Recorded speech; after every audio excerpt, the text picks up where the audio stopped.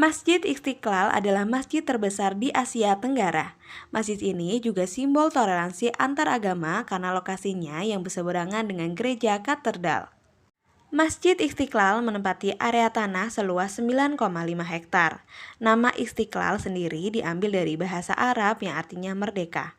Rencana pembangunan Masjid Istiqlal telah muncul sejak tahun 1950-an. Lokasi Masjid Istiqlal berada di sekitar Monumen Nasional yaitu Monas, merupakan keinginan Presiden Soekarno.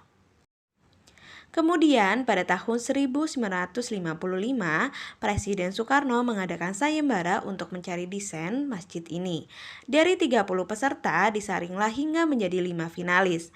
Akhirnya pada Juli 1955, Dewan Juri menetapkan Fredrik Silaban sebagai pemenang yang berhak menggunakan desainnya untuk menjadi desain Masjid Istiqlal. Nama Fredrik Silaban dikenal lantaran buah karyanya yang masih berdiri tegak sampai sekarang. Ia adalah arsitektur yang berkarya saat Indonesia baru merdeka. Sebagai bangsa yang baru membangun, Fredrik menyumbang sketsa bangunan cemerlang.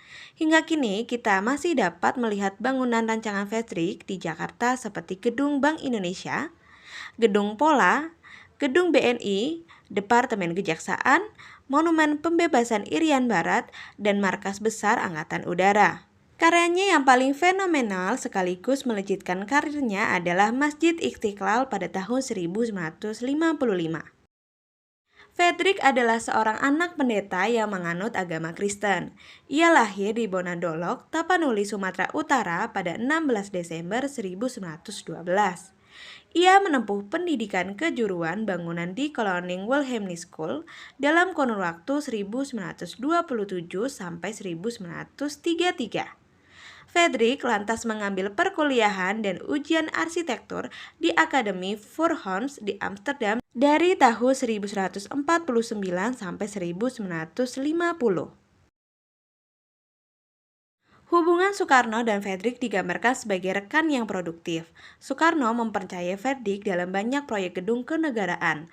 Mereka sering berdiskusi, berdebat, dan berkunjung ke berbagai negara sambil meninjau gedung dan kota modern, menggagas yang cocok bagi Indonesia. Beberapa foto menunjukkan kebersamaan Soekarno dan Fredrik bahkan saat berkunjung ke rumah Fredrik di Bogor. Tak mudah untuk mewujudkan Masjid Istiqlal di kala Indonesia mengalami gejolak politik.